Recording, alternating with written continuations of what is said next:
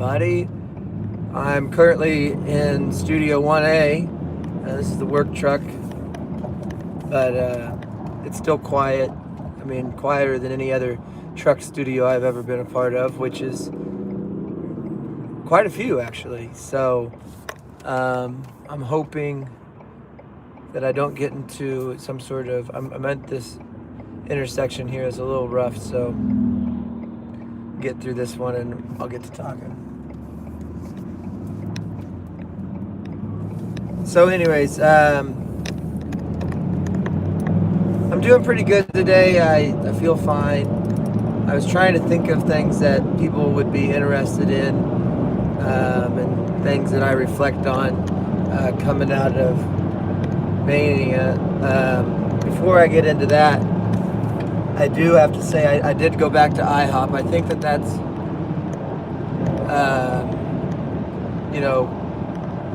just making sure I'm still alive. I think that's going to be my new hangout. It's like my uncle, who I model most of my life after, just his philosophy and the way he treats people and his work ethic is something that I've always really looked up to and admired, and he's one of the many people that I try to mold my life after. I don't just pick one because that can be pretty dangerous, but there's a lot of his attributes that I'm proud to be in the family, and I try to keep after, and some of them are silly, but I think that those are the ones I like the most. And he gets a breakfast spot or a lunch spot and he just keeps it. That's kind of his spot. So I was thinking that could be like something I find someday. And well, I mean, at IHOP, International House of Pancake has so much more to offer than pancake. And when you go in the afternoon or early afternoon, after lunch and breakfast rush, what you find is like, it's basically the non-traditional student lifestyle. You know what I'm saying? So when I was a student in college, I had to go in the evening and late at night because I was cutting grass all day and I didn't even really want to go to college. So when I went to WSU and took night courses, everybody that was in my grade, in my class or whatever, in the discussion, was all people that were working for a living, and they're all untraditional students, meaning not only were some of them not from here, but also most of these people were in their 50s and 60s. And so my college experience was just, you wouldn't go partying, like some people talk about college like a time to find themselves. I found myself just learning from a lot of wisdom of old people when I went to college because I went at night. And so me switching to IHOP at the International House of Pancake and eating in afternoons, it's kind of like being an untraditional student. You know what I mean? Like the people that you find at IHOP at 2 in the afternoon or 1 in the afternoon, you can learn a lot from these people. One, they're not in a hurry.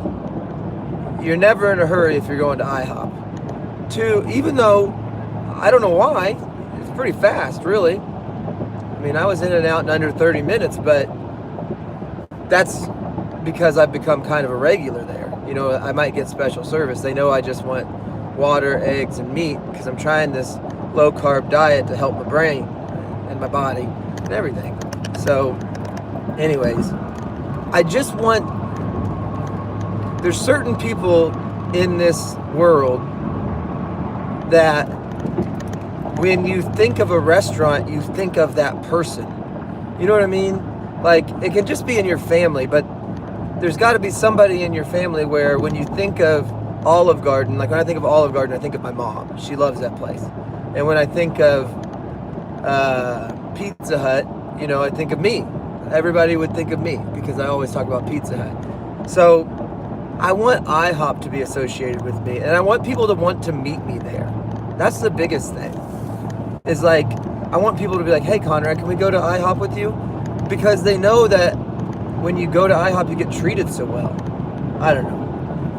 It's just a thought. Anyways, to get on a topic that's probably more relevant to this channel, I'm still dealing with, the what I call is regret, and it is regret, or where when the things that you do or the actions that you take when you're in a manic state of mind, you sit there and have these flashbacks that you relive, and when you have them, they're as if they just happened yesterday or they just happened today. These flashbacks are so real and so vivid and intense, because I guess for me, the reason that it feels like that is maybe they're so intense because I was in my mind was on fire when that action happened. It's like, shit, oh boy, gosh, I bet they hate me. Ooh, I am so embarrassed. Like, they hurt. And I'm doing my best to breathe through those flashbacks and not let them because what happened the first time that I went manic, what happened when I finally got help, which was like the beginning of 2023, that's when I knew that I had bipolar 1. And that's when I got diagnosed. And I still wasn't sure if I had it or what it was, or if I caused it, or if my life, I didn't know shit.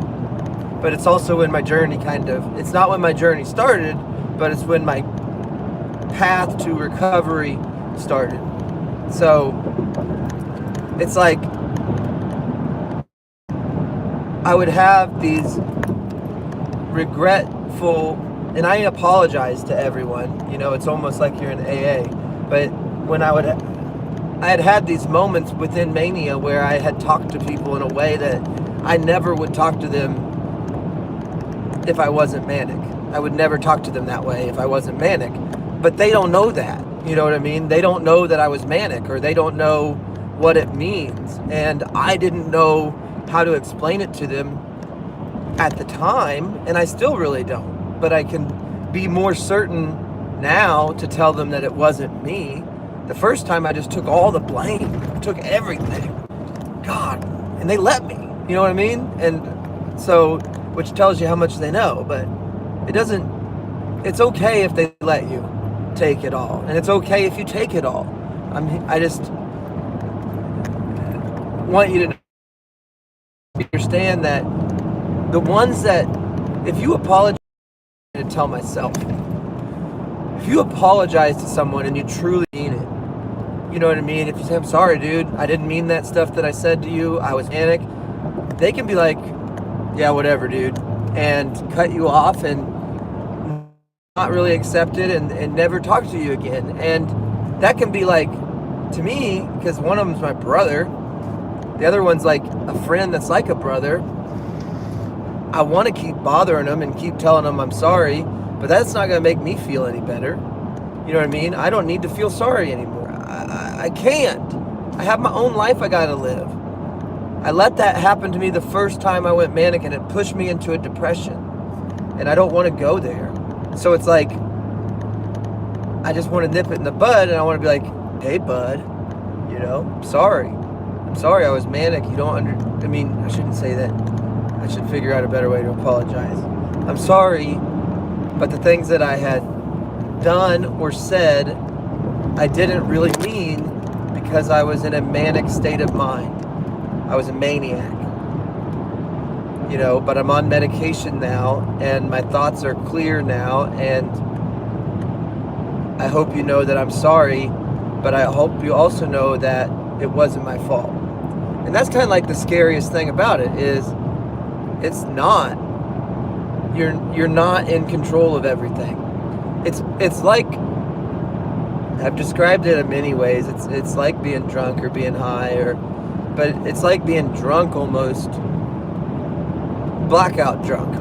And if you black out while drinking, well, you need to probably stop drinking. And I blacked out all the time while drinking before I knew that I had this problem.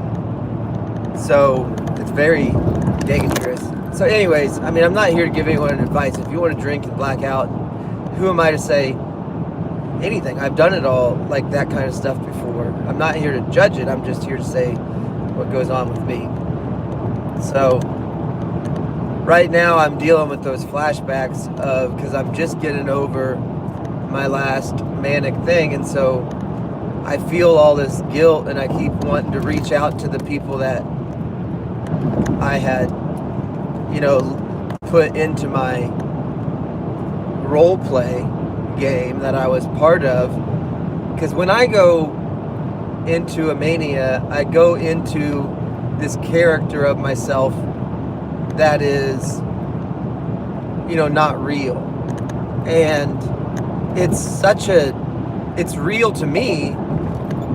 And because I know that I'm living I have just enough capacity to understand, that I'm living on this planet, I'm living within the rules of United States, within the rules of whatever. It's like such a weird state of mind that I go into, where I become a movie character to what was my life. It's like I'm just playing the role of Conrad when I go manic, and who I really am is this higher being, the spirit of me, which is unfortunately tethered to myself now. But when I'm manic, it's like it can read the energies of every room, and it can, and I have the energy of it pulls me up or sucks me down depending on the energy. It's such a damn, and people like it's described many times as like this drug, and the energy that it can give you is so over the top. Like I got kicked out of the casino. I didn't even gamble. I didn't even drink. I just was fiercely present, and being fiercely present was enough to get me kicked out of the casino. Like, it wasn't okay. The whole story that I remember is like I was waiting for my brother to come, who was never coming, and my brother's disabled. And so I went into this casino, and like in my mind I became like a fire marshal, which I do that kind of naturally sometimes because I have always looked out for my brother. But I took this to, like everything in mania, you take it to the next level. And so I took it to the next level, and like just had my shirt tucked in and my hair combed, and I was just like walking around looking at every exit, judging everything, basically, thinking that and they call it, you have this grandiose sense about you. That's no shit. And so I walked into the casino, and I decided in my mania, or my mania decided for me, that the character I was going to be playing at this casino was like a fire marshal. And so I walked through like every exit over and over, and I walked like at really fast pace, and like kept my back straight like a military officer, basically. And that played into one of my characters, that I thought I was just this military operative, like this. I've been secretly fighting for the military through quantum techniques for years. Like that's what my mania had brought me to. And so I'm wandering around this casino, and then the first trouble I had was I had somehow delusionized, I don't know if that's a word, but I'm going to use it. I had somehow created the delusion that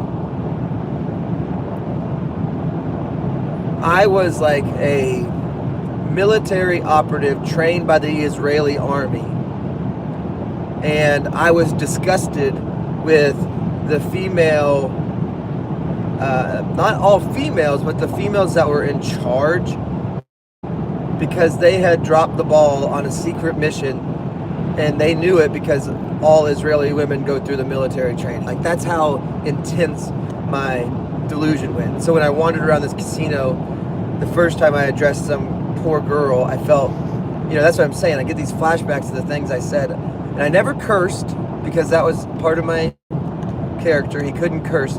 But I just spoke so intensely and with so much authority and so certain that it was like scary. It's like a scary way to talk. And so it's like, hello, why haven't I got a drink yet? No one has asked me. They don't understand who I am. That kind of thing. Something like that. And she's like, what the hell? Like, that's not how it works. And it's like, of course not. But then security comes up to me, and then I tell them that I'm the owner of the casino, because, in my delusion, we're all connected. We're all, so everybody owns everything. I could have explained it, but I didn't have to. Luckily, I just told them they can go pull the tape, and that I never cursed, because I was sure, that's one thing I was sure. But I talked in such a way, like, excuse me, how dare you address me like that? How dare you address me like that? Do you know who I am? Of course you don't know who I am. That kind of thing. And it was like too much, you know what I'm saying? It's scary.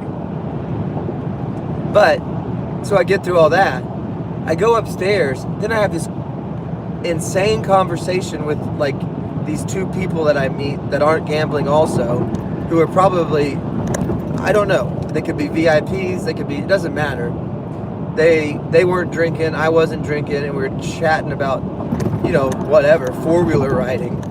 And then I know I creeped the kid out because I kept referring to him, like, I thought that I was talking to the higher spirit of, like, a former friend of mine that had died, because every time I went manic, I've like felt like I was talking to my ancestors who had passed away, and I had a really close cousin, that died, and so he's always part of my mania for some reason. I don't know why. But this kid that I met at the casino, who I've never met before, and his girlfriend, like, I turned them into, like, this powerful, like, Xena warrior princess lady, and my former cousin who had died. Like, I turned these people in it with my delusion. And so I talked to them for a while, and then, they got probably weirded out by me eventually. And so I got up and I was leaving, and I walked by the elevator to the rooftop pool, and I thought that I was going to go up to the rooftop and sit down, and, like, everything was going to play out like it was supposed to, like the movies tell you, I thought, because I thought I was in the movie, and I thought that this was it. And so basically I had a delusion that I'd go up there and sit down, and the girl, whether it was my wife or I kept going back to, like, a previous relationship lady from past, but both of which I loved, you know what I'm saying? But my wife, it's like I was trying to transform my wife into, I thought she was putting me through this test. She was going to pop out or something. So, it didn't happen. She didn't come out of the water, and what ended up happening is I fell asleep for a couple seconds on this lounge up by the rooftop pool, and security came and got me off there. And then they ushered me into a room to kick me out of the casino. And they took a bunch of information and took pictures, and I don't know what any of it meant, because I thought that they were gonna kill me and change my identity. And, like, everybody's asking what the fuck I'm smoking and what happened to me. Well, I'm just trying to explain to you what the delusion is when you're bipolar, man. It's crazy, dog. So, sorry, those are the comments. Lots happened to me, man. It happened. Anyways, they pulled me down. This is no delusion. This really happened. I did go to the casino. I did walk around like that. like a fire marshal. I did address the staff like that because I was in this manic delusion. And then I did go talk to those people in the VIP area. And then I did go up to the rooftop pool. And then they did kick me out of the casino. But when they kicked me out of the casino, because we were on the rooftop, I just had this like envision that they're gonna pop me, like get out of the elevator, almost like I don't know. There's a famous movie with Mark Wahlberg where he steps out of the Departed. So it was almost like the Departed that I thought that was going to happen, but it didn't. I stepped out of the elevator and they wandered me off of the property of the casino, and for some stupid reason, probably because I was there, that I walked there. So they're like, all right, we'll walk off. And so I walked off the parking lot knowing my truck was still there. I was like, oh shit, because I'd already been kicked out and I thought they'd be monitoring me. I already thought that the entire world was watching me, like the Truman Show effect kind of deal. But now I thought, like, there's no way they're going to let me back on the property. So I started walking, and I walked to the next town, which might have been a few miles, I don't know, from this casino. And that's when I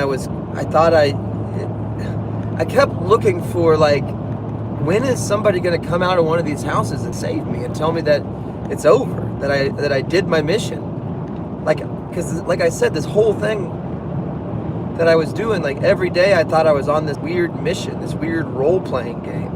That's what my deluded, manic brain was telling me.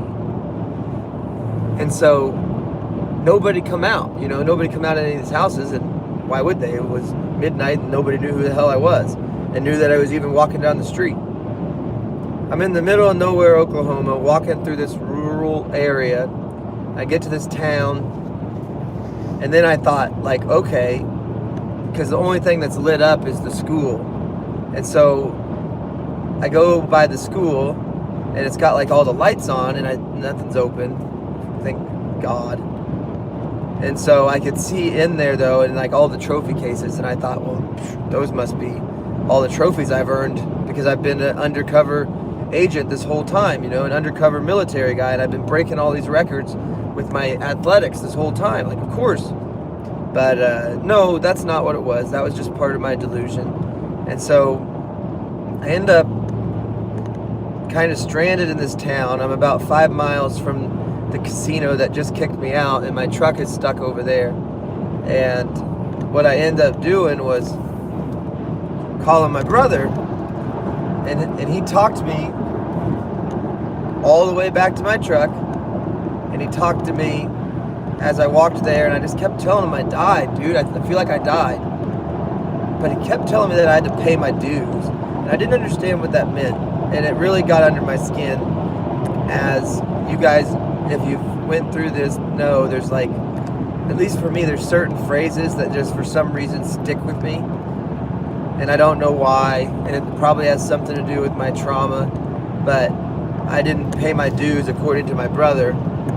And so he gets me a place, he finds me a Comfort Inn motel, and I end up getting into my truck somehow, downloading like the Chevy app, getting in, starting it up, and everything worked out. But not worked out, I just left. I got kicked out of the casino, but I somehow negotiated my way back to, I went to a hotel called the Comfort Inn for the night, and I can tell you the story about that tomorrow. So my tooth is still messing with my tongue, you know what I mean? I still got this thing going on, so I'm gonna let you guys go. Thank you for watching. I don't know what Flight Master, Wester, anyways, what's up, everybody? Thank you guys for watching. I'm not good at the comment on the live stuff because I'm doing it while driving, and I'm sure people do it all the time, but maybe I'll get better at it. Thanks for coming by. With that being said, don't let your meatloaf. Have an okay day. Check out the other episodes I have. Appreciate it. And be good to yourself.